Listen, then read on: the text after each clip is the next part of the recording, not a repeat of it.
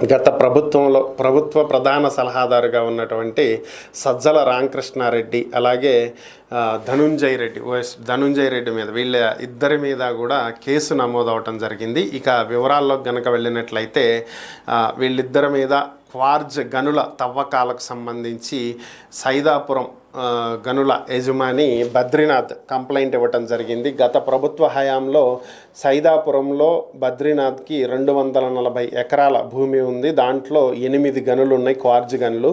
వీటిని సజ్జల రామకృష్ణారెడ్డి తన అధికారంతో బెదిరించి భయపెట్టి 800 కోట్ల టన్నుల రూపాయలు విలువైనటువంటి టన్నుల క్వార్జ్ని అక్రమంగా తవ్వి అమ్ముకోవటం జరిగిందని, ఈ అక్రమాలు ఏంటి, అన్యాయం ఏంటని ప్రశ్నిస్తే కేసులు పెడతామని చెప్పి బెదిరించారని చెప్పి ఇప్పుడు ఆయన మీద కేసు నమోదు చేయాల్సిందిగా కంప్లైంట్ ఇవ్వటం జరిగింది.